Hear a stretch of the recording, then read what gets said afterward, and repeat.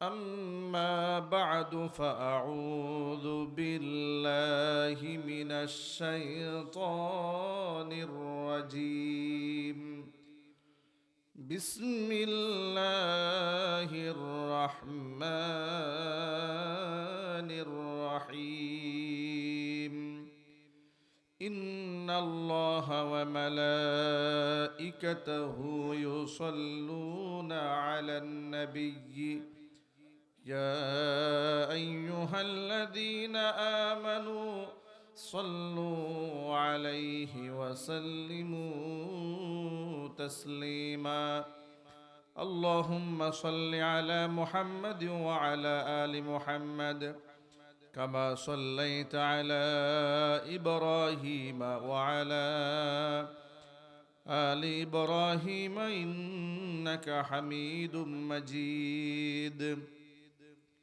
اللهم بارك على محمد وعلى آل محمد كما باركت على إبراهيم وعلى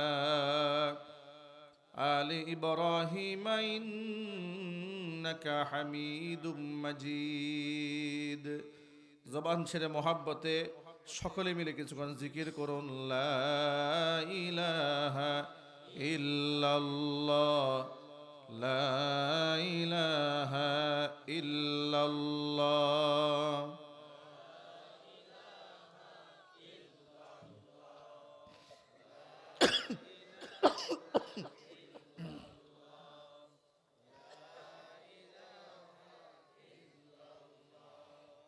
لا إله إلا الله، لا إله إلا الله.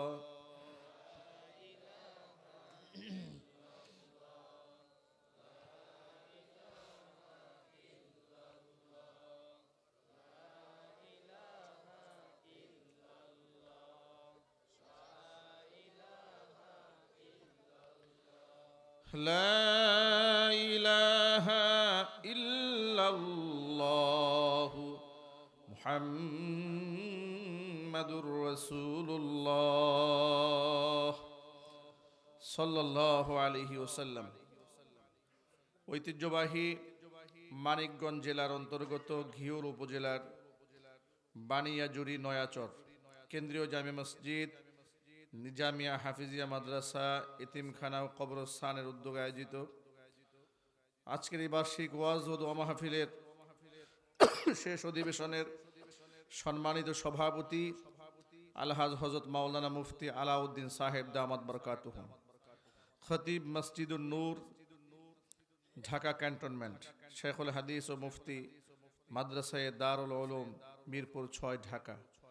মোহতারাম সভাপতির নেক হায়াত আল্লাহ তাআলা দারাজ করুন।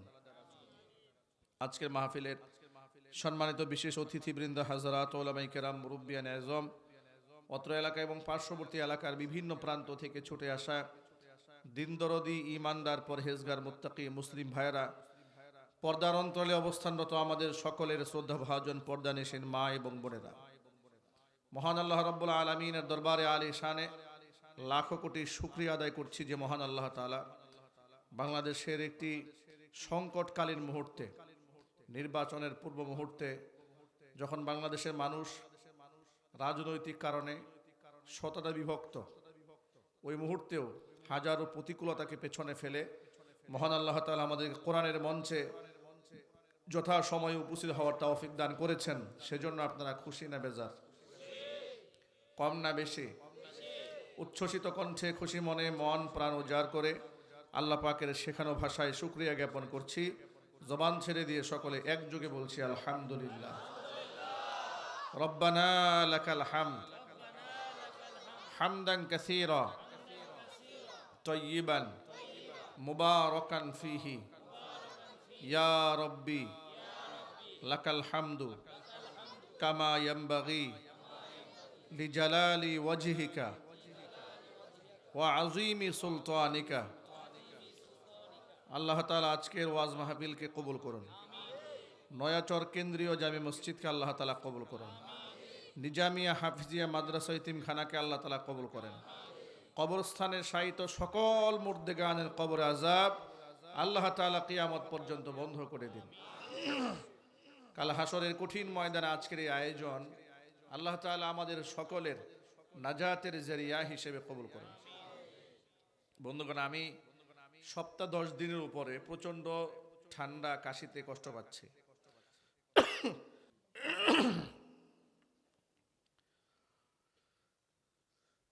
আজকে মাহফিলে অসংখ্য মায়েরা বোনেরা এসেছেন। কোরআন সকলের জন্য, কোরআন নারী পুরুষ উভয়ের জন্য। গোটা বিশ্ব মানবতার কল্যাণে আল্লাহ কোরআন উপহার দিয়েছেন। আমরা সারা বছর ভরে সমস্ত আলেমরা যুগের পর যুগ ধরে, বছরের পর বছর ধরে, শতাব্দীর পর শতাব্দী ধরে বিশ্ববাসীকে এই মেসেজটা দেওয়ার ওলামায়ে কেরাম চেষ্টা করে যাচ্ছেন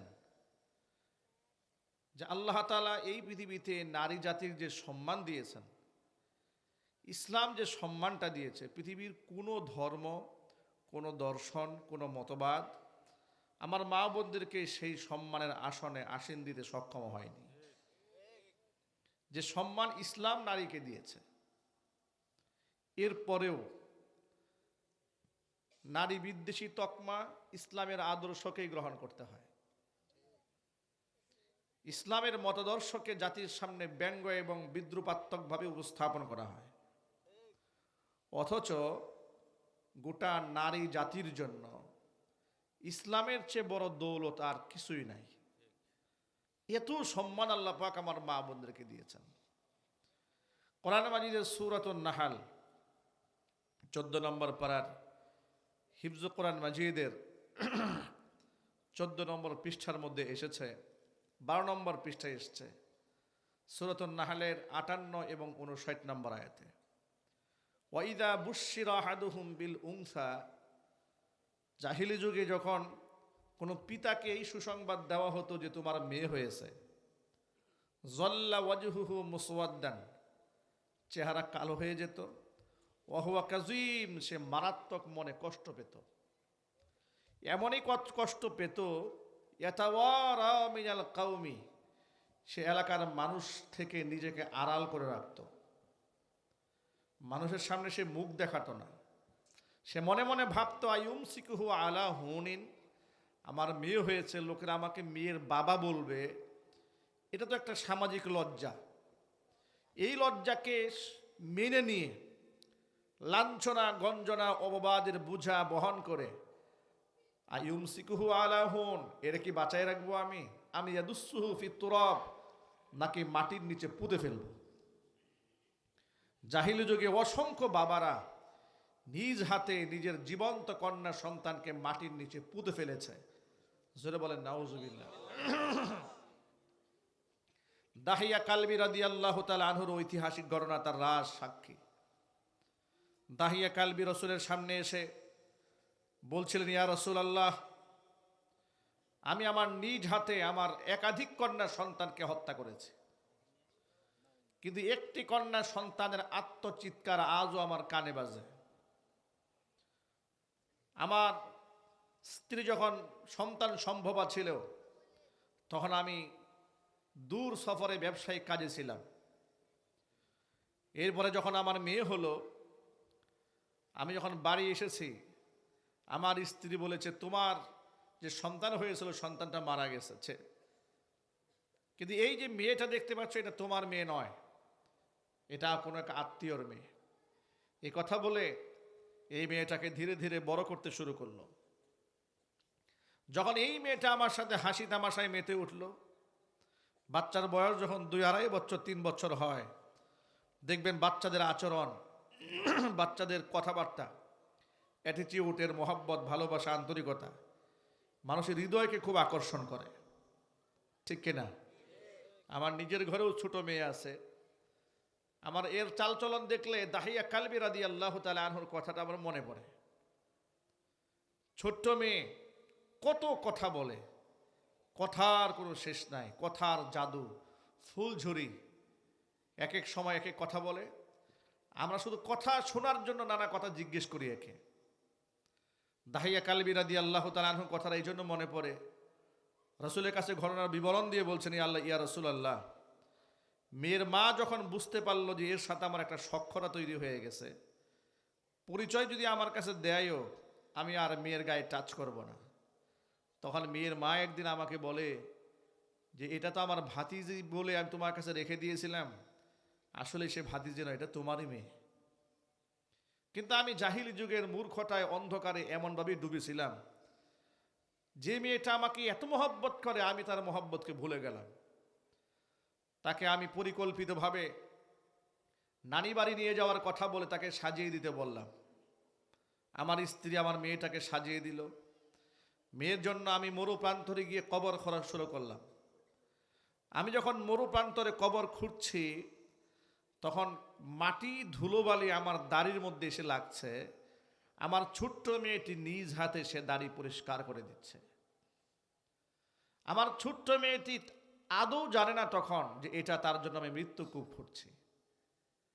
মানুষ কতটা হিংস্র ছিল, কতটা মায়াহীন ছিল।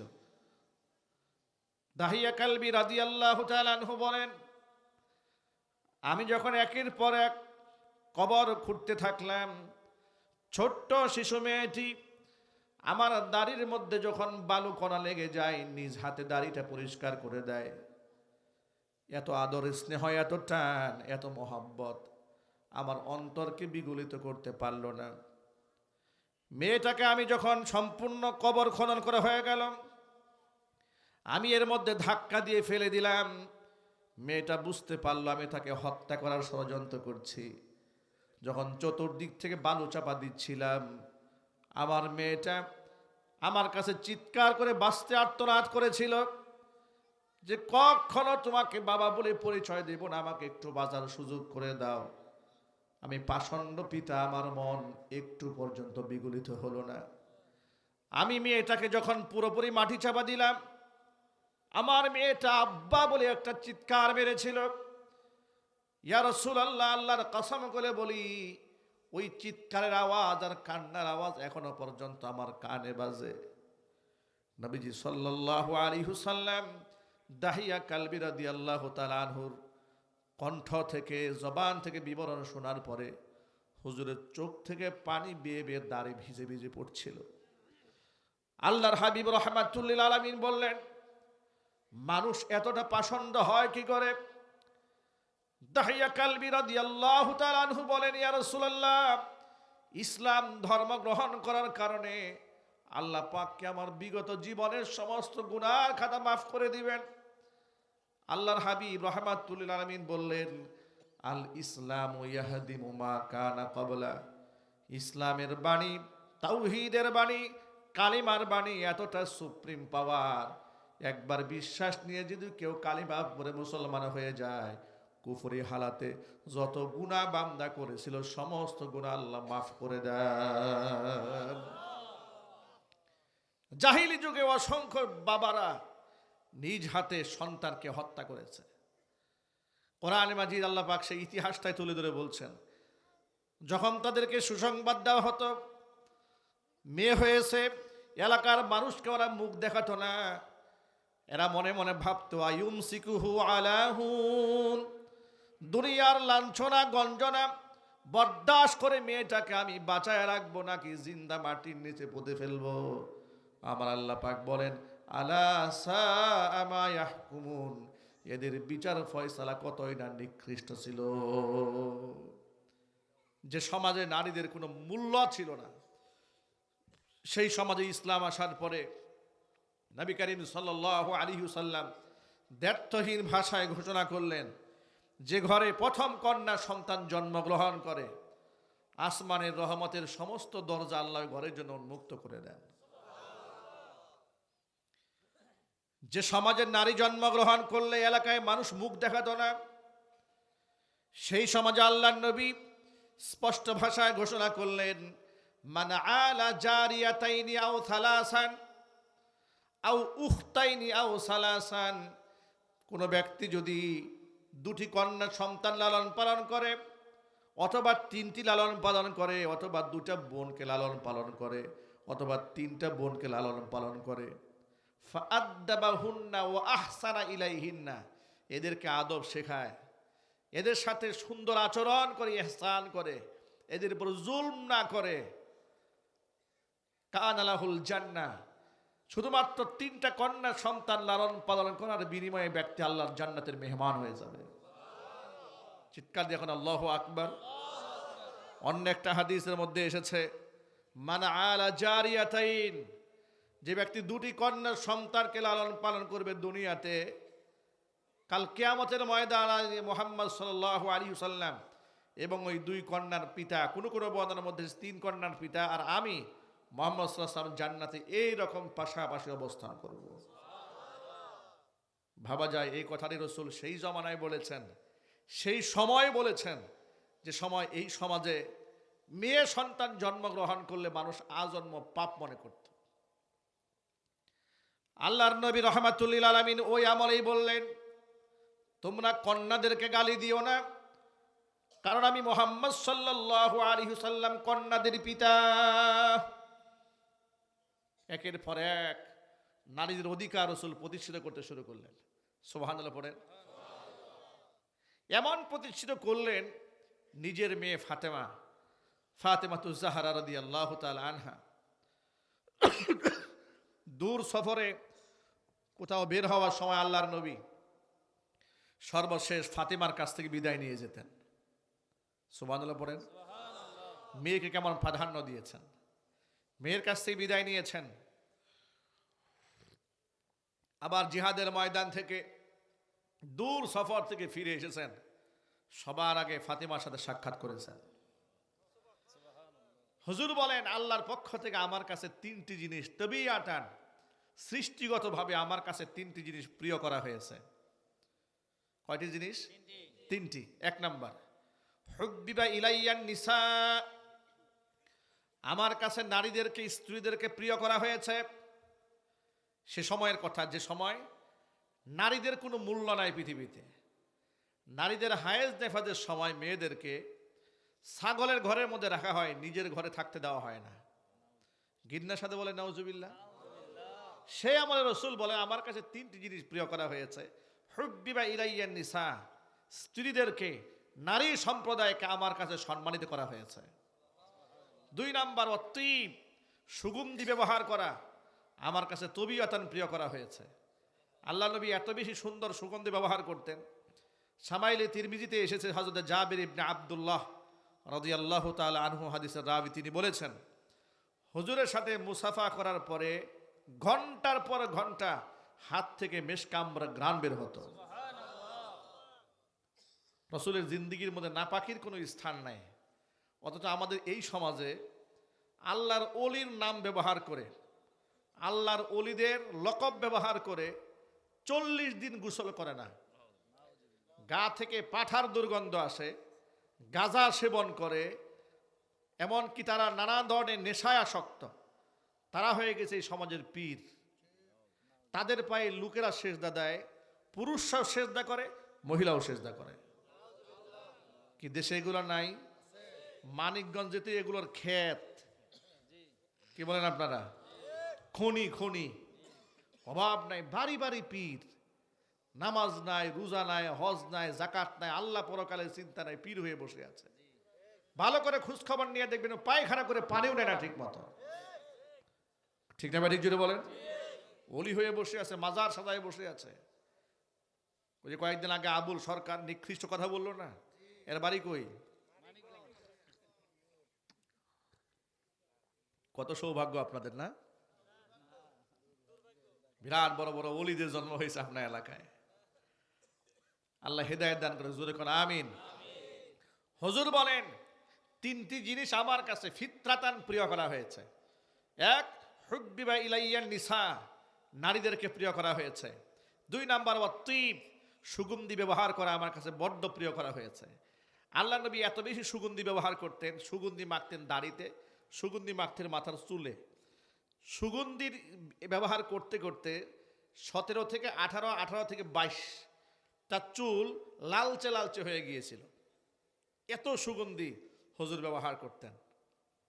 3 নাম্বার, রাসূল বলেন, ওয়া জুইলাত কুররাতু আইনি ফিস সালাহ, আমার কাছে তৃতীয়ত যে জিনিসটি প্রিয় করা হয়েছে সেটা হচ্ছে নামাজ। নামাজ আমার চোখের শীতলতা, নামাজ পড়লেই আমার দিল ঠান্ডা হয়, আমার চক্ষু শীতল হয়ে যায়। যদি বলেন সুবহানাল্লাহ। রসুলের কাছে নামাজ চোখের শীতলতা ছিল, আর নামাজ হয়ে গেছে আমাদের জন্য সব চাইতে বড় বোঝা। ওয়াজ করেন হুজুর 2 ঘন্টা জায়গায় 6 ঘন্টা করেন, কোনো আপত্তি নাই। নামাজ এত কঠিন নামাজ। নামাজের ব্যাপারে আল্লাহ পাক কোরআনে কি বলেছেন? কার জন্য নামাজ কঠিন? ওয়া ইন্নাহা লাকাবীরাতুন ইল্লা আলাল খাশিঈন। নামাজ তো কাফেরদের জন্য নয়, মুনাফিকদের জন্য বড্ড কঠিন। ইল্লা আলাল খাশিঈন, তবে তারা, যে সমস্ত ব্যক্তিদের অন্তরে আল্লাহ পাকের ভয় আছে, তাদের জন্য নামাজ কোনো কঠিন কাজ নয়। নামাজ একেবারে সহজ কাজ। ঠিক কিনা বলেন? সব জায়গায় চায়ের দোকানে বসে 20 মিনিটের জায়গায় 30 মিনিট হয়, কোনো অসুবিধা নাই। পানের দোকানে বসে এতেও সমস্যা নাই। গল্পের জায়গায় বসেছে 20 মিনিট চলে যাচ্ছে, এতেও কোনো সমস্যা নাই। নামাজ ইমাম সাহেব রুকুতে সেজদাতে একটু দেরি করলেই মিজাজ নষ্ট হয়ে গেছে। ঠিক না ব্যাঠিক জুড়ে বলেন? পৃথিবীর কোনো জায়গায় তার সময়ের গুরুত্ব না থাকলেও মসজিদে গিয়ে বসেছে, ইমাম সাহেব 1 মিনিট দেরিতে মসজিদে প্রবেশ করেছে, মেজাজ পুরা নষ্ট হয়ে গেছে। অথচ এই লোকটা যখন রেল স্টেশনে যায়, তখন 6টার ট্রেন ছাড়ে 9টায়, কোনো অভিযোগের জায়গা নেই। বাস স্টেশনে গিয়েছে, সকাল 10টার বাস ছেড়েছে 11টায়, তাতেও কোনো অভিযোগ নাই। যাবে ঢাকায়, ঘন্টার পর ঘন্টা নবীনগর গিয়ে আটকা পড়ে বসে আছে, কোনো অভিযোগ নাই।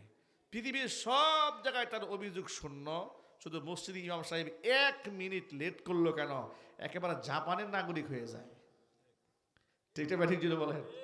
জাপানের নাগরিক এই জন্য বললাম, জাপানে কয়েকদিন আগে কোন এক দেশ থেকে একটা ফ্লাইট গেছে, বিমানটা ল্যান্ড করতে 10 মিনিট লেট হয়েছে।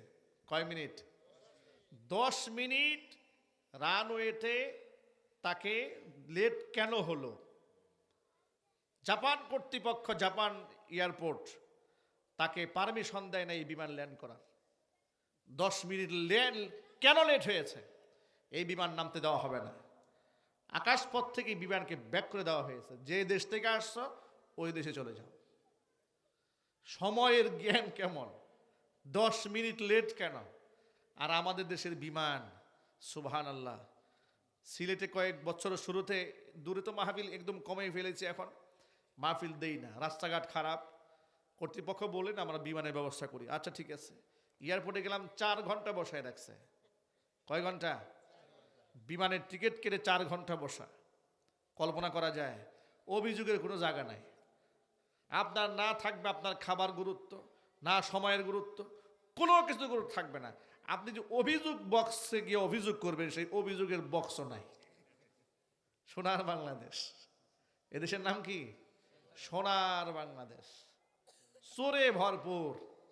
ঠিক না? ঠিক। আল্লাহ এই দেশকে নতুন করে আমাদেরকে ঢেলে সাজাবার তৌফিক দাও। জোরে কোন আমিন। ভাইরা, নামাজটাকে চোখের শীতলতা বানিয়ে নেন।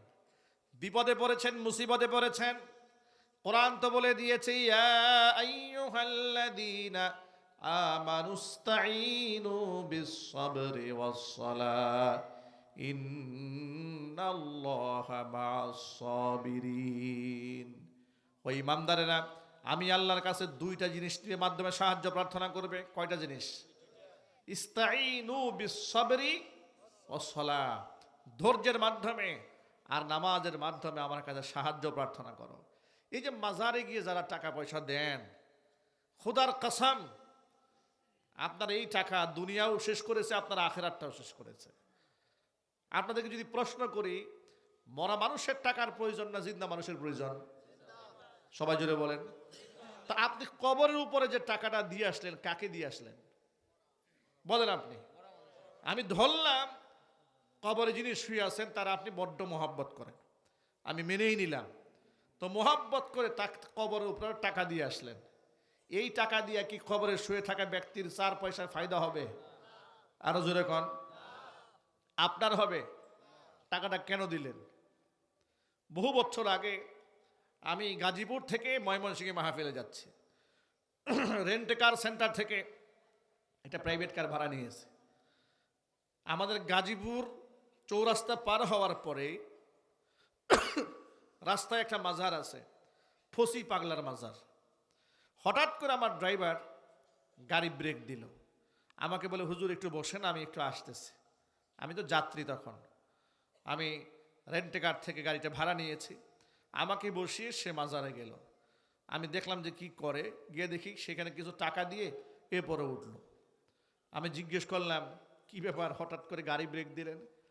বলে হুজুর, যে উস্তাদের কাছে গাড়ি চালানো শিখেছি, উস্তাদ আমাকে বলে দিয়েছে রাস্তাঘাটে যখন চলাচল করো অবশ্য আল্লাহর ওলিদের মাজারে কিছু না কিছু টাকা দিয়ে যাইবা। বললাম ফায়দাটা কি? উস্তাদ বলেছে মাজারে টাকা টুকা দিলে রাস্তাঘাটের কোনো দুর্ঘটনা হয় না। নাউজুবিল্লাহ পড়েন। আকীদাটা কেমনে পচাইছে দেখছেন, কিভাবে আকীদা নষ্ট করে দিয়েছে। ঠিক এভাবেই বাংলাদেশের বহু জায়গায় মসজিদে দেখবেন লোকেরা টাকা দিতে চায় না, মসজিদ অনাড়ম্বর থাকে, অজুখানা ঠিক নাই, পেশাবখানা ঠিক নাই, কিন্তু মাজারের গম্বুজের গ্লেজ চাকচিক্য কাকে বলে, কত প্রকার এবং কি কি বাস্তবতা আছে না নাই? প্রতিটা মাজার দেখবেন এক একটা মনে হয় এক একটা আগ্রার তাজমহল, ঠিক না? এক একটা মাজার মনে হয় আগ্রার তাজমহল, এমনভাবে সাজানো হয়েছে, এমনভাবে পাকা করা, এমনভাবে লাইটিং করা যে আপনি চোখ ঝলসায় যাবে। অথচ নবী করিম সাল্লাল্লাহু আলাইহি ওয়াসাল্লাম কি বলেছেন শোনেন, নাহা রাসূলুল্লাহি সাল্লাল্লাহু আলাইহি ওয়াসাল্লাম আইয়ুজাসসাসাল কবরু ওয়া আইয়ুবনা আলাইহি ওয়া আইয়ুকআদা আলাইহি আও কামা ক্বালা আলাইহিস সালাতু ওয়াসসালাম। নবী করিম সাল্লাল্লাহু আলাইহি ওয়াসাল্লাম কবরের সাথে তিনটা আচরণ করতে নিষেধ করেছেন। কয়টা? কবরের সাথে আপনি তিনটা মুআমালা করতে পারবেন না। এক, আইয়ুজাসসাসাল কবর, কবরকে চুনকাম করে পাকা করতে পারবেন না, হারাম, নিষেধ। এক, ওয়া আইয়ুবনা আলাইহি, কবরের উপরে আপনি ইমারত মানে বিল্ডিং করতে পারবেন না, ছাদ দিতে পারবেন না।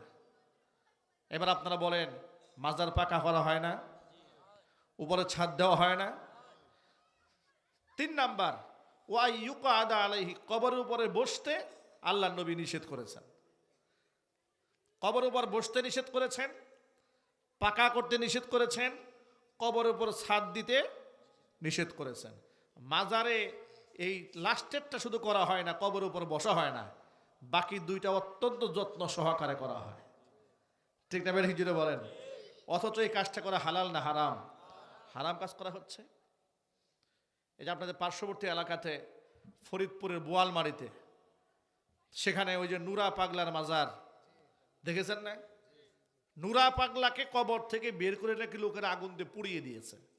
আচ্ছা, মৃত ব্যক্তিকে কবর থেকে উঠায় পুড়িয়ে দিয়েছে, আমরা এই কাজটার নিন্দা জ্ঞাপন করি। এটা উচিত না। মানুষ যখন মরে যায়, একটা মানুষ যত খারাপ হোক না কেন, সে তো মরেই গেছে, একে আপনি আর গালিও দিতে পারবেন না, ওর কর্মনে এসে পড়ে থাক। হুজুর বলেছেন লা তাসুব্বুল আমওয়াত ফাইন্নাহুম ক্বাদ আফদাউ ইলা মা কদ্দামু, মুর্দাদেরকে গালি দিয়ে লাভ নাই, ও তো ওর আমলের কাছে পৌঁছায় গেছে, ভালো করলে ভালো পেয়েছে, খারাপ করলে খারাপ পেয়েছে। তবে লোকেরা এই যে খুব এত আগুন মানুষের কলিজায় কেন জ্বললো, তার কারণটা কি? কারণ হচ্ছে এই নুরা পাগলাকে নর্মাল আমাদের উত্তরে মাথা দক্ষিণে পা করে যেভাবে কবর দেওয়া হয়, তাকে সেভাবে কবর দেওয়া হয় নাই, গেল এক। নাম্বার দুই, কাবা ঘরের আদলে মাজারের মতো তৈরি করা হয়েছে, এমনকি মাটি থেকে 12 ফুট উঁচায় কবর দেওয়া হয়েছে। জোরে কর নাউজুবিল্লাহ, একটু জোরে বলে নাউজুবিল্লাহ। মুরিদরা কাবা ঘরের মতো সেই জায়গাটাকে তোয়াফ করে।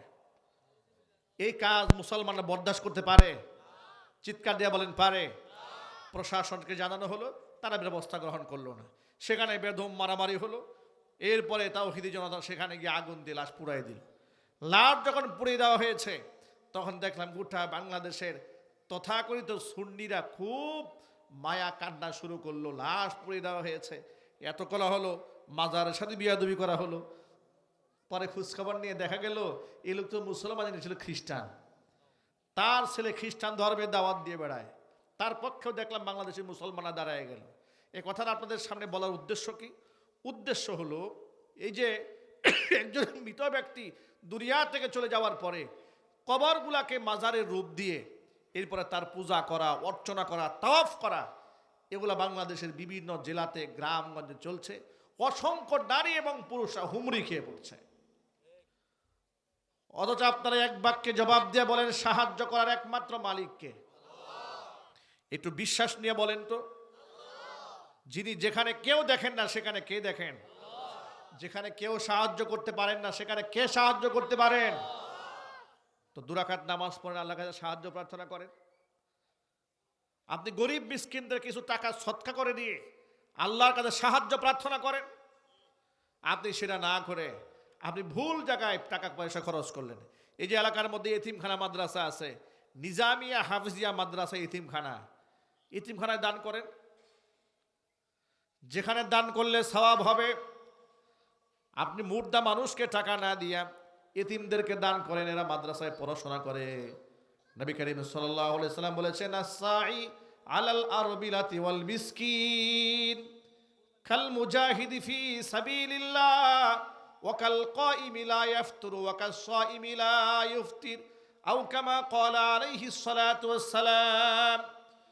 নবীজি সাল্লাল্লাহু আলাইহি সাল্লাম বলেছেন, এলাকার বিধবা নারীদেরকে যারা সাহায্য করে, এতিম মিসকিনদেরকে সাহায্য যারা করে, আল্লাহর রাস্তার মুজাহিদ জিহাদ করে যে সওয়াব পান, এতিমের সাহায্যকারী বান্দাকে আল্লাহ পাক আমলনামার মধ্যে সেই সওয়াব দান করে দেন। বিধবা নারীকে সাহায্য করলে সারা রাত ভরে তাহাজ্জুদের নামাজ পড়লে যেই সওয়াব হতো, মহান আল্লাহ পাক আমলনামায় সারা রাতের তাহাজ্জুদের সওয়াব দান করেন। সারা বছর ভরে নফল রোজা রাখলে যেই সওয়াব হয়, এতিম আর বিধবাকে সাহায্য করলে আল্লাহ পাক আমলনামার মধ্যে সেই সওয়াব লিখে দেন। জোরে বলেন সুবহানাল্লাহ। কিন্তু আপনি এখানে দিবেন না, দিবেন কোথায়? গুলাব শাহ মাজারে, গাজা খুরদের আড্ডাখানা। ঠিক না ঠিক বলেন? বহু বছর আগে শাহজালাল ইয়ামানি রহমাতুল্লাহি আলাইহির মাজার সিলেটে, তো সেখানে একটা মাহফিল ছিল।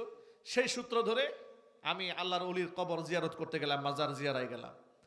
সেখানে কবরটা তো একটু উঁচুতে, মাটি থেকে একটু উঁচুতে। হাতের মধ্যে জুতাটা নিয়ে উপরে উঠছি, জুতা খুলে মাজারে খাদেম আমাকে আটকাই দিছে। আমাকে বলে, হুজুর হাতের মধ্যে জুতা কেন? আল্লাহর ওলির মাজারের সাথে বিহাদুবি হবে, জুতা দেন। আমি বললাম, জুতা কই রাখবো? কই বাক্সে রাখেন আর টাকা দেন। মানে বাক্সে রাখলে টাকা দিতে হবে, ফি দিতে হবে না। বাক্সে রাখেন আর টাকা দেন, আর আপনি চলে যান উপরে। ঠিক আছে, বাধ্য হয়ে দিলাম টাকা, চলে গেলাম উপরে, জিয়ারা করলাম, নেমে আসলাম। তারপরে গেলাম শাহপরান রহমাতুল্লাহি আলাইহির মাজারে, ওটা পাহাড়ের উপরে, ওটা আরো উঁচা। তো স্বাভাবিকভাবে জিয়ারা করে দোয়া করে বের হয়ে আসতেছি, পাহাড়ের উপর থেকে নামতেছি, সোজা হয়ে নামতেছি, আমারে এরকম ধরে ঘুরাই দিছে। আমাকে বলে, মাজারের দিকে পিঠ দিয়ে নামেন কেন? বুক দিয়ে নামেন, উল্টা দিকে নামতে হবে। কি ব্যাপার? আমি বললাম, সুবহানাল্লাহ, আমি যে পাহাড় থেকে উল্টা দিকে আমি উল্টা যদি পড়ে যাই। আপনি বলবেন কেন? শত শত মানুষ নামতেছে। আমি বললাম, কারণটা কি, হেকমতটা কি? তারা বলে, এটা হলো আদব, ওলিদের সাথে আদব। অথচ যে আমাকে আদব শিখাচ্ছে, ওর মুখে দাড়িও নাই, মাথায় টুপিও নাই। এলাকার লোকেরা বলে জীবনে এক ওয়াক্ত নামাজও পড়ে না, ও আমাদেরকে আদব শিখাচ্ছে। ভাইর আমার, এগুলো আমাদের চোখে দেখা। শাহজালাল ইয়ামানি রহমাতুল্লাহি আলাইহির মাজারের পশ্চিম পাশে পাবলিকের গুরুস্থান আছে, কবরস্থান আছে। ওই কবরের আরো একটু পশ্চিমে একটা রাস্তা গেছে। আমি যা বললাম একদম হুবহু মিলাই নেবেন।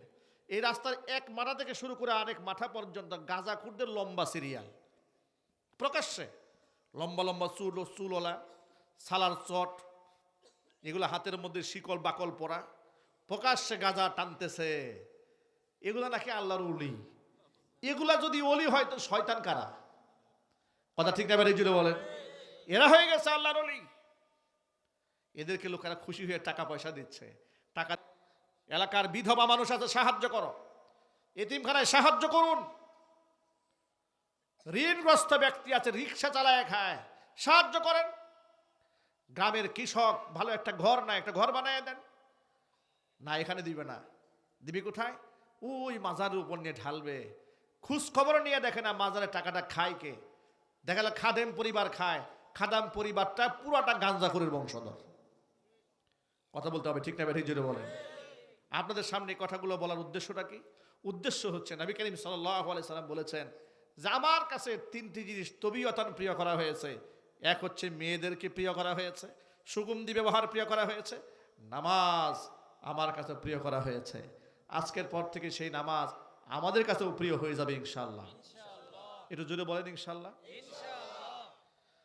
অসংখ্য মায়েরা বোনেরা এসেছেন, মা বোনদেরকে বলবো, প্রিয় মায়েরা বোনেরা, আল্লাহ নবী বলেছেন আল মারওয়াতু ইযা সাল্লাত খামসাহা, নারীরা যদি 5 ওয়াক্ত নামাজ ঠিকমতো আদায় করে, ওয়া সামাত শাহরাহা, রমজান মাসে রোজা রাখে, ও আতাআত বালাহা, স্বামীর আনুগত্য করে, ও আহসানাত ফারজাহা, সতীত্বের হিফাজত করে, তাদখুলু বিআইয়ি বাবিন মিন আবওয়াবিল জান্নাতি শাআত ইয়াউমাল কিয়ামা, কিয়ামতের দিন জান্নাতের 8টি দরজা, যে দরজা দিয়ে খুশি ওই নারী আল্লাহ রাব্বুল আলামিনের জান্নাতের 8টি দরজা, যে দরজা দিয়ে খুশি ওই দরজা দিয়ে আল্লাহর বেহেশতে চলে যাবে। নামাজের ব্যাপারে কোনো অবহেলা চলবে না। নামাজের ব্যাপারে আল্লাহ পাক যেন আমার মা বোনদেরকে যত্নবান হওয়ার তৌফিক দান, জোরে কোন আমিন। আর আমরা যারা আছে আমাদের নামাজ না পড়লেও চলবে, ঠিক কি না? আমরা পড়বো তো ইনশাল্লাহ। কয় ওয়াক্ত পড়বো? কবে থেকে? কারা কারা পড়বেন হাত দেখে তো ইনশাল্লাহ। মাশাআল্লাহ, আল্লাহ যারা হাত তুলে ধরেছে আল্লাহ তুমি তৌফিক দান করো, জোরে কোন আমিন। হাত নামান ভাইরা। নবী করিম সাল্লাল্লাহু আলাইহি ওয়াসাল্লাম সেই জমানায় বললেন যে নারীদেরকে আমার কাছে প্রিয় করা হয়েছে যে জমানায় নারী জন্মগ্রহণ করা আজন্ম পাপ ছিল। নবীজি সাল্লাল্লাহু আলাইহি ওয়াসাল্লাম কন্যাদের অধিকারের ব্যাপারে এত বেশি সিনসিয়ার ছিলেন, এত সতর্ক ছিলেন। দেখুন, আল্লাহ নবী তো পৃথিবীর সমস্ত মানুষের অধিকার নিশ্চিত করেছেন, জোরে বলেন আল্লাহু আকবার। পশু পাখির অধিকার নিশ্চিত করা হয়েছে ইসলামে, বিড়ালের অধিকার, কুকুরের অধিকার, হিংস্র জন্তু জানোয়ারের অধিকার নিশ্চিত করা হয়েছে ইসলামে। সেই ধর্মে নারীদের সম্মান কি পরিমাণ রক্ষা করা হয়েছে। সাহাবায়ে কেরাম পরিবেষ্টিত অবস্থায় রসুল বসে আছেন, কথা বলতেছিলেন, বয়ান করছেন। বয়ানরত অবস্থায় একজন সাহাবী এলেন, আনসারী সাহাবী। আসার পরে কিছুক্ষণের মধ্যে তার ছোট্ট একটা পুত্র সন্তান তার সামনে এসেছেন। ছেলে সন্তানটা সামনে আসার পরে ওই সাহাবী তার পুত্র সন্তানকে গালে মুখে চুমু খেলেন, কুলের মধ্যে বাচ্চা বসায় নিলেন। কিছুক্ষণ পরে আরেকটা কন্যা সন্তান তার এলো। আসার পরে কন্যা সন্তানকে কুলেও নিলেন না, চুমু খেলেন না, সামনে এমনি স্বাভাবিকভাবে বসায় দিলেন। রহমতের নবী দৃষ্টি আড়াল করতে পারে না এই ঘটনাটা। হুজুর বক্তব্য বন্ধ করে দিলেন। বক্তৃতা বন্ধ করে সাহাবীকে বলেন, হাল্লা সাওয়াইতা বাইনাহুমা, ছেলেটাও তোমার মেয়েটাও তোমার। ছেলেটা আসা মাত্র গালে মুখে চুমা খেলে, কুলে নিলে, কিন্তু মেয়ে আসার পরে মেয়েটা কেউ চুমাও খেলে না, কুলেও দিলে না, এমনি বসাই দিলে। কারণটা কি? ইত্তাকিল্লাহ, আল্লাহকে ভয় করো। ওয়া আদিলু ফি আবনাইকুম, নিজের সন্তানদের মধ্যে সমতা রক্ষা করো, জোরে বলেন সুবহানাল্লাহ। সামান্য একটু চুমা দেয় নাই মেয়েটারে, রসুল সেখানে তাকে ধরে ফেলেছেন। সামান্য একটু কুলে নেয় নাই, এদের ধরে ফেলেছেন। আর আজকে আমাদের সমাজে আমাদের মেয়েদের মধ্যে কত বড় বৈষম্য আছে কল্পনা করা যায়। মেয়েদেরকে সব সময় ঠকানো হয়, শিক্ষার ক্ষেত্রে ঠকানো হয়, চিকিৎসার ক্ষেত্রেও ঠকানো হয়, পিতামাতার উত্তরাধিকার সম্পত্তির মধ্যে মেয়েদেরকে এত বেশি ঠকানো হয় বাংলাদেশে তার কোনো হিসাব নাই, ঠিক কিনা? আহারে, ঘরে ঘরে মেয়েরা পিতার উত্তরাধিকার সম্পত্তি থেকে বঞ্চিত। কথা কি ঠিক নেবে? ঠিক। বেশিরভাগ জায়গায় বঞ্চিত। খুব কম সংখ্যক পিতামাতার সচেতন আছেন যারা মেয়েদেরকে মূল্যায়ন করেন। আমার এক ঘনিষ্ঠ মুসল্লি একদিন আমার কাছে একটা গল্প করে বলে, হুজুর বিয়ে করেছে বরিশালে। আমাকে বলে, হুজুর আমার শ্বশুর তার সমুদয় সম্পদ স্থাবর অস্থাবর সব ছেলেদের নামে লিখে দিয়েছে, মেয়েদেরকে কিচ্ছু দেয়নি। তো এলাকার মানুষরা জিজ্ঞেস করলো যে মেয়েদেরকে কিছুই দিলেন না, সব ছেলেদেরকে দিয়ে দিলেন। শ্বশুর মহোদয় জবাব দিয়ে বলে, কে বলেছে মেয়েদেরকে কিছু দেয়নি? আমি আমার মেয়েদের জন্য দোয়া করে দিয়েছি। কত বড় কুতুবে রব্বানি, মাহবুবে সুবহানি, ইবলিস শয়তানের দুলাভাই, ঠিক না ঠিক জন্য বলেন। উনি সব সম্পদ ছেলেদেরকে লিখে দিয়ে মেয়েদের জন্য দোয়া করে দিয়েছে। কত বড় কুতুবে বাগদাদি, তোমাকে এই শয়তানি কে শিখিয়েছে? মনে রেখো, সন্তান আল্লাহর পক্ষ থেকে আমানত পরীক্ষা। কাল কিয়ামতের ময়দানে এই সন্তানদের মধ্যে বৈষম্য করলে তুমি বাবা, তোমাকেও আসামি হয়ে যেতে হবে। তুমি মা, তোমাকে আসামি হতে হবে। এই সমাজে অসংখ্য ভাতিজাদের কাছে ফুপুদের জমি রয়ে গেছে। ফুপুদের জমি ভাতিজারা দিতে চায় না, ভাইরা বোনের অধিকার দিতে চায় না। বরং গ্রামগঞ্জে এমন কথা শুনতে পাওয়া যায়, এটা আমাদের কাছে আসে আওয়াজ, ভাই তার বোনকে ডেকে বলে, উত্তরাধিকার সম্পত্তির মধ্যে তোমার যে অংশ আসে এটা আমার নামে লিখে দাও। যদি লিখে না দাও, যদি পিতার ওয়ারিশ তুমি গ্রহণ করো, তোমার সংসার জীবনে বরকত হবে না, আর তুমি জীবনে আমার বাড়িতে কোনোদিন আসতে পারবে না। সর্বশেষ বোন বাধ্য হয়ে ভাইয়ের নামে জায়গাটা ব্ল্যাকমেল তো করে ফেলেছে, লিখে দেয়। এর বাস্তব নমুনা আপনাদের মানিকগঞ্জে নাই? কথা বলে না কেন? নাই। বাংলাদেশের ঘরে ঘরেই ফিতনা ঢুকে গেছে। অথচ আপনি হাদি সাহেব বোনের হকটা দিলেন না, জমিনে আপনি চিরদিন থাকবেন না। আপনি বাবা জমিনে চিরদিন থাকবেন না, বিদায় কিন্তু হয়ে যাবেন। নবীজি সাল্লাল্লাহু আলাইহি ওয়াসাল্লাম সাহাবীদেরকে বলেন, ও সাহাবীরা, আতাদরুনা মানিল মুফলিস। সাহাবাদেরকে হুজুর প্রশ্ন করলেন, আচ্ছা বলো তো সবচাইতে নিঃস্বকে? সাহাবায়ে কেরাম জবাব দিলেন, আল্লাযী লা দিনার ওয়ালা দিরহামা। ইয়া রাসূলুল্লাহ, যার টাকা পয়সা নাই সে সবচেয়ে নিঃস্ব মানুষ। রাসূল বললেন, জবাব সঠিক হয় নাই। সাহাবায়ে কেরাম বললেন, ফাল্লাহু ওয়া রাসূলুহু আলাম। হে আল্লাহ রাসূল, জবাব যদি সঠিক না হয়ে থাকে, আল্লাহ এবং তার রাসূল জবাব ভালো জানেন। হুজুর বলেন, শোনো তাহলে, আসল নিঃস্বকে, অসহায়কে, সর্বহারাকে তোমাদেরকে পরিচয় দেয়। গরিব মানুষ নিঃস্ব নয়। গরিব মানুষকে নিঃস্ব, গরিব মানুষ নিঃস্ব নয়। কাল হাসরের ময়দানে নেককার গরিবরা কাল কিয়ামতের ময়দানে নেককার ধনীদের 500 বছর আগে আল্লাহর জান্নাতের মেহমান হয়ে যাবে। আরো চিল্লায় কোন সুবহানাল্লাহ। যদি দুনিয়াতে পয়সা পাতি একটু কম ইনকাম থাকে, হতাশ হবেন না, ঘাবড়াবেন না। মনে রাখবেন, সম্পদ কম, হিসাব কম। ঠিক কিনা বলেন? সম্পদ কম, হিসাব কম। সম্পদ বেশি, হিসাব বেশি। সহজ ব্যাপার। আল্লাহ পাক যেন আমাদেরকে কিয়ামতের ময়দানে বিনা হিসেবে জান্নাত দান করেন। হিসাব দিয়া তার মুক্তির কোনো রাস্তা নাই। আল্লাহ যেন বিনা হিসেবে জান্নাতের ফয়সালা করেন। জোরে কোন আমিন। আসল অসহায়কে শোনেন, নবীজি বললেন, কিয়ামতের ময়দানে এমন ব্যক্তি হাসরের ময়দানে আল্লাহর সামনে আসবে, নামাজের সওয়াব নিয়ে আসবে, রোজার সওয়াব নিয়ে আসবে, যাকাতের সওয়াব নিয়ে আসবে, সওয়াবের পাহাড় নিয়ে দাঁড়িয়ে যাবে। এরপর সে তো জান্নাতের দিকে রওনা হওয়ার কথা, কিন্তু জান্নাতের দিকে রওনা হওয়ার আগে অসংখ্য পাওনাদার তার বিরুদ্ধে আল্লাহর আদালতে মামলা দায়ের করে বসবেন। কেউ কেউ বলবে, আল্লাহ জমিনে পেশি শক্তি খাটাইয়া এবার 5 বিঘা জায়গা দখল করে নিয়ে গেছিল। কেউ কেউ বলবে, আল্লাহ এ দুনিয়াতে রাজনীতি করত, যখন যে দল ক্ষমতা থাকতো সে ওই দলের কর্মী হয়ে যাইত। এরপরে এলাকার মধ্যে টেন্ডারবাজি, চান্দাবাজি, মাস্তানি, খুন খারাপি করে অমুকে বলবে আমার জমি নিয়েছে, সে বলবে আমার বাড়ি দখল করেছে, কে বলে আমার ব্যাংকে টাকা লুট করেছে, ইত্যাদি বলে বলে অসংখ্য মানুষ পাওনাদার রবের সামনে এর বিরুদ্ধে মামলা দায়ের করবে। আল্লাহ পাক জিজ্ঞেস করবে, বান্দারে কথাগুলো সত্য? বলবে, হ্যাঁ আল্লাহ সত্য। তো পাওনাদার দিয়ে পাওনা পরিশোধ করে দাও। বলবে, আল্লাহ আমি কি করে পাওনা পরিশোধ করব? আমার তো জায়গা জমি কিছু নাই, টাকা পয়সা কিচ্ছু নাই। আল্লাহ পাক বলবে, আছে নাকি? কিছু সওয়াব আছে, দুনিয়াতে নামাজ পড়েছিলাম, রোজা করেছিলাম। আল্লাহ পাক বলবে, নামাজ রোজার সওয়াব দিয়ে পাওনাদারদের পাওনা মিটাও। এরপরে পাওনাদারদের পাওনা মিটানো শুরু হয়ে যাবে। কাউকে দিবে নামাজের সওয়াব, কাউকে রোজার সওয়াব, কাউকে হজের সওয়াব, কাউকে যাকাতের সওয়াব। দিতে দিতে ব্যক্তির আমল নামা শূন্য হয়ে যাবে। শূন্য হওয়ার পরেও তো কাম শেষ হয় নাই, আরো পাওনাদার বাকি আছে। দাঁড়িয়ে বলবে, রব্বুল আলামিন এর কাছে আমার পাওনা আরো আছে।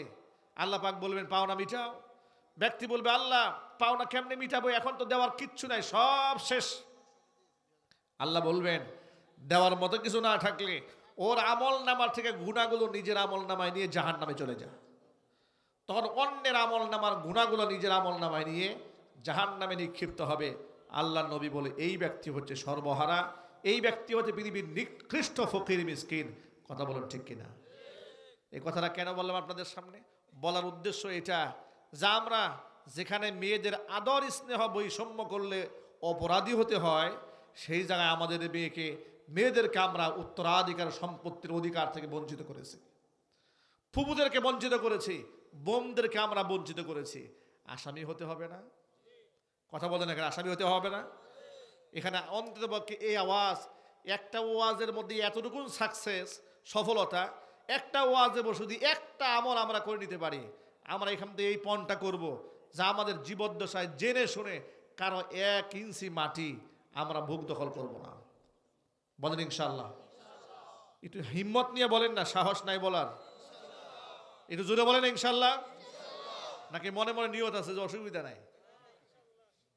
আহারে, আল্লাহ যেন আমাদেরকে হেদায়েত দেন। জোরে করে আমিন। আপনার বন্ধুদেরকে ডাকবেন, ফুপুদেরকে ডাকবেন, ফুপু আমার জমির মধ্যে আপনার কোনো অংশ আছে? যদি বলে হ্যাঁ, আপনি হিসাব করেন, মাপজুক করে নিয়ে নেন। কারণ এই দুনিয়াটা আমার চিরস্থায়ী না, আমার হাসরের ময়দানে দাঁড়াতে হবে, রবের সামনে দাঁড়াতে হবে। আমি সেদিন আল্লাহর আদালতে আসামি হতে চাই না। ফুপুর কাছ থেকে পাওনা মিটায় নেন। আচ্ছা প্রিয় বন্ধুগণ, আপনারা এক বাক্যে জবাব দিয়ে বলেন তো, আল্লাহর নবী দুনিয়াতে কারো হক নষ্ট করেছেন কখনো? আরো জোরে বলেন। ইন্তেকালের আগে আল্লাহ নবী মানুষের ঘুরে ঘুরে বলতেন, সাহাবীরা আমার সাথে কোনো লেনাদেনা আছে নাকি? পাওনা থাকলে মিটায় নাও। সুবহানাল্লাহ কোন? পাওনা থাকলে মিটায় নাও। একজন সাহাবী বলেন, ইয়া রাসূলুল্লাহ, পাওনা একটা আছে। কি পাওনা? একদিন আপনি অগোচরে আমার শরীরের মধ্যে লাঠি দিয়ে একটা গুতা মেরেছিলেন, আমি কষ্ট পেয়েছিলাম। নবীজি সাল্লাল্লাহু আলাইহি সাল্লাম বললেন, বদলা নিতে চাও? তিনি বলেন, হ্যাঁ বদলা নিতে চাই। তিনি বললেন, হুজুর বলে বদলা নাও। সাহাবী বলেন, ইয়া রাসূলুল্লাহ, আপনার গায়ে চাদর আছে, চাদরটা খুলতে হবে, কারণ যখন আপনি আমাকে লাঠি দিয়ে গুঁতো মেরেছিলেন তখন কিন্তু আমার গায়ে চাদর ছিল না। রাসূল গায়ের চাদরটা খুলে দিলেন। নবী করিম সাল্লাল্লাহু আলাইহি সাল্লামের সেই সাহাবী, হুজুরের পিঠের মধ্যে মোহরে নবুওয়াত ছিল। নবুওয়াতের কবুতরের ডিমের মতো একটা চিহ্ন ছিল হুজুরের পিঠে। কখনো তো রাসূল মানুষের সামনে পাবলিক প্লেসে জামা খুলেন নাই, কেউ এটা দেখতো না। তিনি বলেন, ইয়া রাসূলুল্লাহ, দীর্ঘদিনের একটা স্বপ্ন ছিল, এই মোহরের নবুওয়াতটা আমি নিজের চোখে দেখব এবং ঠোঁট দিয়ে চুমা খাবো, কিন্তু কখনোই সুযোগটা হয় নাই দেখার। এই সুযোগে চাদরটা উন্মুক্ত হলো, ঠোঁট দিয়ে জায়গা আমাদের চুমাও খেয়ে দিলাম। ইতিহাস আপনাদেরকে স্মরণ করে দিতে চাইলাম শুধু এই অংশটা এখান থেকে। সাহাবায়ে কেরাম হুজুরকে মোহাব্বত করেছেন, এটা একটা দলিল। আরেকটা দলিল হচ্ছে আল্লাহর নবী ঘুরে ঘুরে মানুষকে বলতেন, আমার কাছে কোনো পাওনা আছে, পাওনা থাকলে মিটিয়ে নাও। চিন্তা করা যায়, রহমতের নবী, যিনি আল্লাহ প্রদত্ত নিয়ামত নিয়ে দুনিয়াতে এসছেন, সগীরা কবিরা জাহিরি বাতিনি, ইচ্ছায় অনিচ্ছায়, রাতের আধারে দিনের আলোতে কোনো গুনাহ যাকে স্পর্শ করেন নাই, তিনি মানুষের সামনে ঘুরে ঘুরে বলতেন, আমার কাছে পাওনা থাকলে মিটিয়ে নাও। আর আমরা এক একজনে সীমাহীন সম্পদ দুর্নীতি করার পরে তৃপ্তির ঢেকুর নিয়ে বাইতুল্লাহ হজ করে যায়। হজ করে এসে মাদ্রাসার সভাপতি, সেক্রেটারি, মসজিদের কেশিয়ার, এরপরে গুরুস্থানের সভাপতি, সেক্রেটারি, কেশিয়ার, ঈদগাহের ইমাম, এরপরে এলাকার মধ্যে মেম্বার, চেয়ারম্যান সব হয়ে বসে আছি, আর মনে মনে চিন্তা করি জান্নাতের তো একমাত্র মালিক আমি। ঠিক না ভাই? জুড়ে বলেন, আল্লাহর আদালত আছে না নাই? আরো জুড়ে বলেন। আজকে এখান থেকে আমরা সবক নিলাম, আমরা মানুষের অধিকার নিয়ে সিনেমিনি খেলবো না। বলেন ইনশাল্লাহ। একটু জোরে বলেন ইনশাল্লাহ। পাওনা আমরা মিটাই ফেলবো, পারবো তো? বন্ধুর অধিকার দিতে পারবেন? ফুপুদের অধিকার, কন্যাদের অধিকার, আল্লাহ যেন কবুল করেন। দেখুন, কেন দেবেন? আপনি দেবেন না কেন এটাও জানেন। দেবেন আপনি এই জন্য, এটা কোরআনের আয়াত দ্বারা নির্ধারিত অংশ।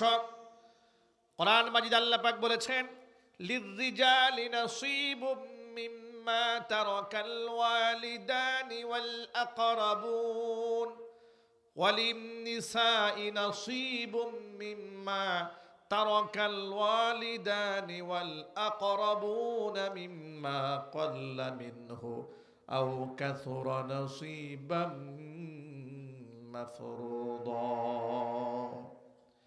পিতামাতা কিংবা নিকটাত্মীয়রা যে সম্পদ রেখে যায়, উত্তরাধিকার সম্পত্তির মধ্যে পুরুষের যেমন অধিকার আছে, নারীদেরও তেমন অধিকার রয়েছে, কম আর বেশি। নাসিবাম মাফরুদ, এটা নির্ধারিত অংশ। এই ফয়সালা মানুষের হাতে নয়, এই ফয়সালা স্বয়ং আল্লাহ পাক নিজে করে দিয়েছেন। জোরে বলেন সুবহানাল্লাহ। তা আল্লাহ যে নির্ধারণ করে দিয়েছেন, সেখানে আমাদের তো হাত দেওয়ার কোনো রাস্তা নাই। দেখেছেন আমার মা বোনদের ব্যাপারে ইসলাম কত যত্নবান, কতটা সতর্ক তাদের অধিকারের ব্যাপারে। ছোটবেলায় তাদের জন্মের অধিকার নিশ্চিত করা হলো, আদর স্নেহের অধিকার নিশ্চিত করা হলো। উম্মুল মুমিনিন মা আয়েশা রাদিয়াল্লাহু তাআলা আনহা বলেন, আমার ঘরে এক মহিলা এলো, হাদিসটা বুখারীতে এসেছে। দুটি কন্যা সন্তানকে সাথে নিয়ে এলো, তিনজনেই ছিল প্রচণ্ড ক্ষুধার্ত। আমার কাছে যখন সাহায্যের জন্য হাত বাড়িয়েছে, ওই মহিলাকে দেওয়ার মতো তেমন কিচ্ছু ছিল না, ইল্লা তামরাতান ওয়াহিদা। আমার ঘরে শুধুমাত্র কেবলমাত্র একখানা খেজুর ছিল। একটা মাত্র খেজুর ছাড়া মা আয়েশার ঘরে কোনো খাবার নাই।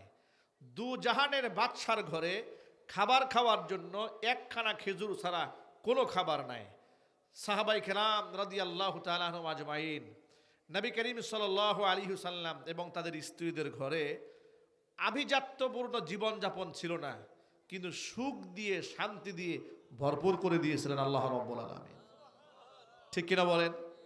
দামি, এই যে আমরা জামা কাপড় পরি, আল্লাহ আমাদেরকে সুযোগ দিয়েছেন। সাহাবা দামি জামা কাপড় পরার সুযোগও পান নাই, দামি খাবারও খেতে পারেন নাই, দামি বিছানাও ছিল না, কিন্তু আল্লাহ পাক তাদের অন্তরে সুখ দ্বারা পরিপূর্ণ করে দিয়েছিলেন। আমাদের ঘরে ফ্রিজ আছে, এসি আছে, টেলিভিশন আছে, ডিশ অ্যান্টেনা আছে, সব আছে, কিন্তু ঘরে সুখ নাই, শান্তি নাই। স্বামী স্ত্রীর ঝগড়া, মারামারি, কাটাকাটি, হিংসা, জিঘাংসা, এমন পিটাপিটি মাঝে মাঝে হয়, স্ত্রীকে নিয়ে ভর্তি করতে হয় হাসপাতালে। আবার মাঝে মাঝে দেখি স্ত্রী স্বামীকে হত্যা করে বাড়ি থেকে পালায়া যায়। ঠিক না? ঠিক বলেন, যদি বলেন ঠিক কিনা বলেন। অথচ সাহাবা নবীজি সাল্লাল্লাহু আলাইহি সাল্লামের স্ত্রী মা আয়েশা বলেন, আমার ঘরে একটা মাত্র খেজুর ছাড়া কিচ্ছু নাই। তো মহিলা যখন হাত বাড়িয়েছে, কি করলাম? ফাআতাইতুহা ইয়াহা, এই খেজুরটা মহিলাকে আমি দিলাম। আমি অবাক বিস্ময়ে তাকিয়ে রইলাম, দেখি মহিলাটা খেজুরটা হাতে নিয়ে ফাকাসসামাতহা বাইনাহুমা, দুই মেয়ের মাঝে বন্টন করে দিয়ে দিল। ওয়ালাম তাকুল মিনহা শাইআ, নিজে খেজুর থেকে একটু খেয়েও দেখলো না। অথচ সে ছিল মারাত্মক ক্ষুধার্ত। মহিলা নিজে না খেয়ে এত বড় স্যাক্রিফাইস মেয়েদেরকে দিয়েছে।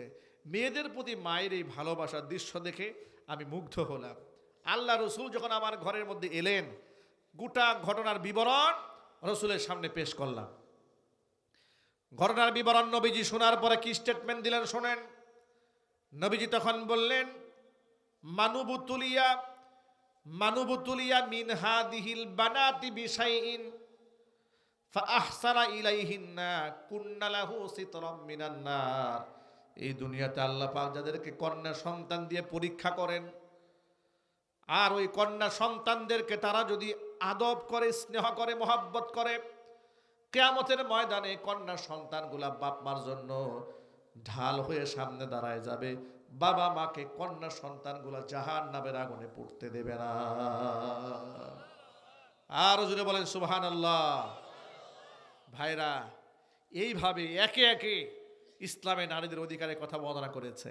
অসংখ্য হাদিস দ্বারা আমার মা বোনদের অধিকার নিশ্চিত করা হয়েছে। এরপরে কোরআন মাজিদের দিকে তাকান, কোরআনে মা বোনদের জন্য আলাদা একটা সূরা নির্ধারণ করা হয়েছে, সূরাতুন নিসা। অথচ সূরাতুল বাকারাতে নারী অধিকারের কথা আছে, সূরা আলে ইমরানে আছে, সূরা মারিয়ামে আছে, এরপরে সূরা হামিম সাজদার মধ্যে আছে, সূরা আহকাফের মধ্যে আছে, সূরা আনকাবুতের মধ্যে আছে, সূরা বনী ইসরাইলের মধ্যে আছে। কত জায়গায় কতভাবে থাকার পরেও স্পেসিফিক আলাদা করে আমার মা বোনদের ব্যাপারে আল্লাহ একটা সূরা নাজিল করেছেন, সূরাতুন নিসা। সুবহানাল্লাহ পড়েন। কথাটা কেন বললাম? এটা একটা রহস্য আছে। রহস্য হচ্ছে, এই সূরার মধ্যে আমার মা বোনদের জন্মের অধিকার নিশ্চিত করা হয়েছে, প্রত্যেক সম্পত্তির মধ্যে অধিকার নিশ্চিত করা হয়েছে, স্বামীর সম্পত্তি তার অধিকার নিশ্চিত করা হয়েছে, এমনকি মুআমালাত মুআশারার ক্ষেত্রে স্বামীরা যেন স্ত্রীদের সাথে জুলুম না করে সেই ব্যাপারে স্বামীদেরকে দিক নির্দেশনা প্রদান করা হয়েছে। এত কিছু দেওয়ার পরে তাদেরকে কিছু পবিত্র গাইডলাইন দেওয়া হয়েছে, পবিত্র জীবনযাপনের ড্রেস কোড দেওয়া হয়েছে মা বোনদের। গোটা পশ্চিমা দুনিয়া ইসলামের নারীদের পবিত্র পোশাক পরিচ্ছদ নিয়ে তারা বলে হিজাব নেকাব এটা হচ্ছে মহিলাদেরকে বন্দিশালা, ঘরের মধ্যে বন্দি করে রাখা, আটকায় রাখা। পক্ষান্তরে উলঙ্গ এবং বেহায়াপনা যদি করে কোনো মহিলা বেড়ায় এটাকে বলা হয় নারী স্বাধীনতা, যদি বলে নাউজুবিল্লাহ। আর এই কথাকে ফলো করে ইদানিং আমরা দেখতে পাচ্ছি গ্রামগঞ্জের মেয়েরা পর্যন্ত পর্দার ব্যাপারে অনীহা অবহেলা, তারাও একটু জিন্সের প্যান্ট পরতে মনে চায়, তাদের একটু টি শার্ট পরে যেতে মনে চায়, বিবাহের অনুষ্ঠানে তাদের একটু পার্লারিং করে সাজুগুজু করে পরপুরুষের সামনে হাজিরা দিতে মনে চায়। কথা ঠিক না ঠিক যদি বলেন। এবার আপনারা বলেন আপনাদের এলাকায় এই অবস্থা আছে না নাই? মা বোনদেরকে বলছি, প্রিয় মায়েরা বলে না, পশ্চিমাদের কথায় কান দেবেন না, বামপন্থীদের খপ্পরে পড়বেন না। ওই ঢাকা ইউনিভার্সিটির তথাকথিত মহিলারা যারা বলে দেহ আমার সিদ্ধান্ত আমার, কোনো সভ্য মানুষ এই কথা বলতে পারে? বলে দেহ আমার সিদ্ধান্ত আমার, একটু জুড়ে বলে না নাউজুবিল্লাহ। এই কথাগুলো শুনে শুনে অনেক মেয়েরা বিপদগামী হচ্ছে, টিকটক ভিডিও বানাচ্ছে, রিলস বানাচ্ছে, স্বামীকে অবমূল্যায়ন করছে, অবজ্ঞা করছে, তুচ্ছ-তাচ্ছিল্য করছে, সমাজের মধ্যে ঝগড়া এবং বিবাদ তৈরি হচ্ছে, জেনা ব্যভিচার সমাজের মধ্যে বরপা হয়ে যাচ্ছে। একটা হাদিস বলে আমি আলোচনার শেষ দিকে নিয়ে যাচ্ছি ইনশাআল্লাহ।